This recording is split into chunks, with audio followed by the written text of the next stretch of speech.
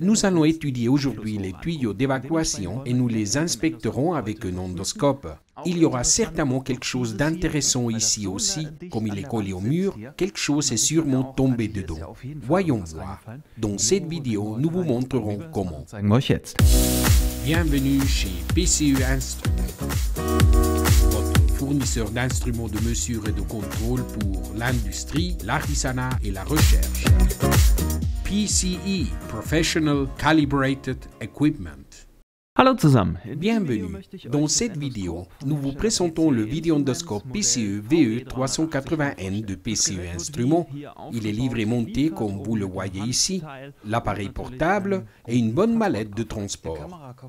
La tête étanche a un diamètre de 28 mm et la sonde endoscopique fait 30 mètres.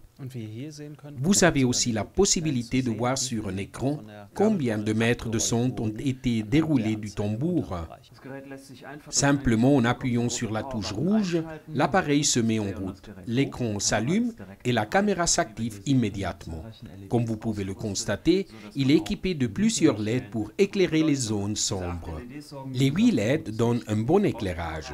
La résolution est de 640 par 480 pixels et de 30 images par seconde. Sur le côté se trouve la fente pour insérer la carte mémoire SD de 32 Go qui est incluse dans la livraison. Vous pourrez ainsi prendre des photos et enregistrer des vidéos. La prise de photos est facile. Double-clic sur la grande touche et vous verrez le nom du fichier ici. Si vous le souhaitez, vous pouvez faire une vidéo en double-cliquant pour commencer. Vous verrez la durée d'enregistrement et là, j'apparais sur l'image. Double-clic pour arrêter et la vidéo sera sauvegardée dans la carte mémoire. Sur le côté, sous la protection, nous trouvons la connexion AV et la connexion pour le chargeur de 3,7 volts qui charge la batterie intégrée. Vous pourrez ainsi utiliser cet appareil sur un chantier ou n'importe où, sans avoir à le raccorder au courant. Nous allons maintenant vérifier cet appareil. Je l'introduis ici et je le guide dans ce tuyau d'évacuation. Je regarde l'écran et j'active maintenant la vidéo pour que vous puissiez aussi le voir. Nous constatons que certains restes de béton se sont durcis. Il y a quelques instants, j'avais déjà regardé et j'ai remarqué qu'il y a quelques pierres. Mais parce que cet appareil possède un support dans la tête, j'ai pu les déplacer sans aucun problème. Comme vous le voyez, j'introduis la sonde très facilement. Le guide est parfait et la sonde se déroule très bien du tambour. Nous observons ici, attendez que je recule un peu, là, dans le coin. Nous pouvons voir à cet endroit un peu de saleté. Je pense que, avec de l'eau, le tuyau peut être nettoyé. Vous pouvez voir les nombreux mètres de sonde que je suis en train d'introduire. Si vous regardez maintenant ici, nous arrivons à la fin. Ce tuyau n'est pas encore connecté à la canalisation ni à toute la maison. Nous voyons ici de nombreuses pierres. Pourquoi sont-elles là?